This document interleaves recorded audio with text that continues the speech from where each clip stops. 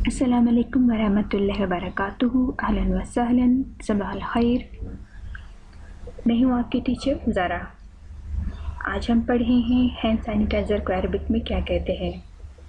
आजकल वायरस की वजह से हैंड सैनिटाइज़र का इस्तेमाल बहुत ज़्यादा बढ़ गया है और ये बहुत ज़रूरी भी है। अपने हाथों को अच्छी तरह से धोइए और हैंड सैनिटाइज़र का इस्तेमाल ज़रूर कीजिए। इसे अरबिक में कहते हैं मुअक्कम अल यदीन, मुअक्कम अल यदीन, मुअक्कम अल यदीन, मुअक्कम अल यदीन। हैंड सैनिटाइज़र, मुअक्कम सैनिटाइज़र, यदीन हैंड्स।